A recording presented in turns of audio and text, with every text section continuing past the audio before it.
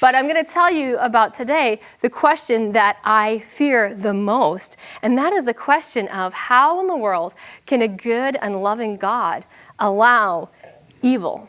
Now, the reason this is such a scary question to me is because this is never an intellectual question. It just isn't. This is always a question from a wounded heart. It's always a question that's driven by something bad happened to me or something bad happened to my loved one.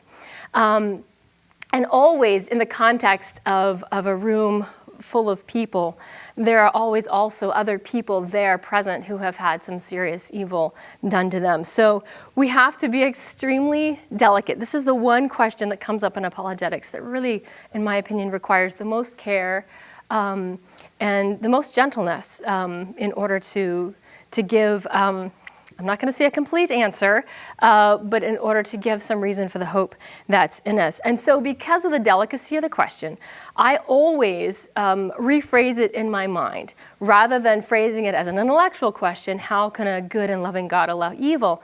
I rephrase it into a personal question, something along the lines of, something serious, something like, my baby sister was murdered last night. How is your God a good God?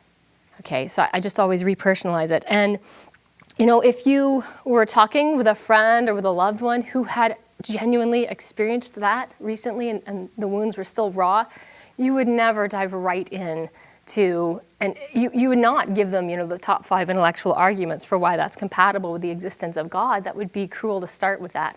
You would just sit and spend some time grieving with your friend over the atrocity that they had experienced. So I just, I encourage you, in thinking about how to address this question with our seeker friends, and even with Christians who have struggled with it or are still struggling with it, I still struggle with it, to remember the compassion, remember these are real stories that happen to real people, and that it's really never a purely intellectual question.